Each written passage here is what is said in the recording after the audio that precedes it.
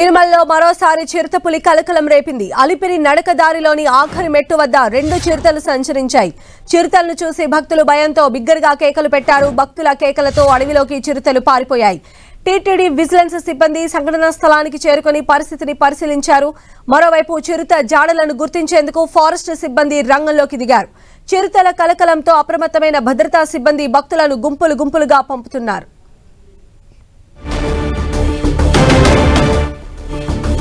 తిరుమలలో చిరుతలు మరోసారి కలకలాన్ని సృష్టిస్తూ ఉన్నాయి. 2 చిరుతలు ఉన్నట్టుగా ఇప్పటివరకు ఐడెంటిఫై చేశారు. ఫారెస్ట్ అధికారులు వాటి పాదముద్రలకు సంబంధించి కూడా సర్చ్ కొనసాగిస్తూ ఉన్నారు. మరిన్ని అప్డేట్స్ తెలుసుకుందాం.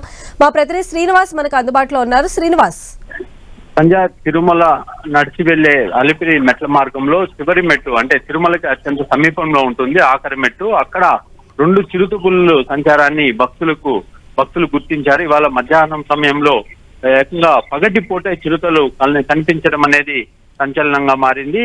ఇవి భక్తులు కనిపించిన వెంటనే భక్తులందరూ కూడా భయంతో పెద్ద ఎత్తున వాటిని కేకలు వేశారు. ఆ తర్వాత అవి కూడా తిరిగి అడవిలోకి పారిపోయాయి. ఈ విషయాన్ని అక్కడ ఉన్న విజిలెన్స్ సిబ్బందికి చేయడంతో వాళ్ళందరూ కూడా ఫారెస్ట్ వారికి సమాచారం అందించారు. అక్కడ నుంచి ఫారెస్ట్ సిబ్బంది ఘటనా స్థలానికి చేరుకుని చిరుత జాడల కోసము అక్కడంతా కూడా వెతకడం ప్రారంభించారు. అయితే అనేక ప్రాంతాల్లో తిరుపతి నుంచి తిరుమలకు నడిచి వెళ్లే అనేక ప్రాంతాల్లో ట్రాప్ కెమెరాలను ఇటీవల ఫారెస్ట్ అధికారులు ఏర్పాటు చేశారు. ఏదైతే నరసింహస్వామి ఆలయము 7వ మైలు మధ్యలో ఇటీవల చిరుత దాడులు పెరిగాయి. ఈ నేపథ్యంలో ఆ ప్రాంతంలో అంతా కూడా ట్రాప్ కెమెరాలను ఏర్పాటు చేసి చిరుతల సంచారాన్ని గుర్తించడం జరుగుతా ఉంది.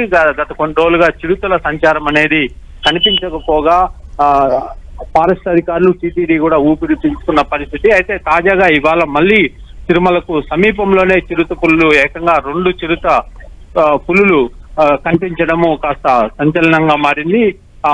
అక్కడ ఉన్న పరిస్థితులను బట్టి చూసి అంటే మళ్ళీ చిరుతలు అక్కడికి వచ్చే అవకాశం ఉందా అన్నది ఆ సమీపంలో కూడా ట్రాప్ కెమెరాలు ఏర్పాటు చేసే దిశగా ఫారెస్ట్ అధికారులు ఇటు టీటీడీ ఆలోచన చేస్తుంది. సంధ్య. రైట్ శ్రీనివాస్.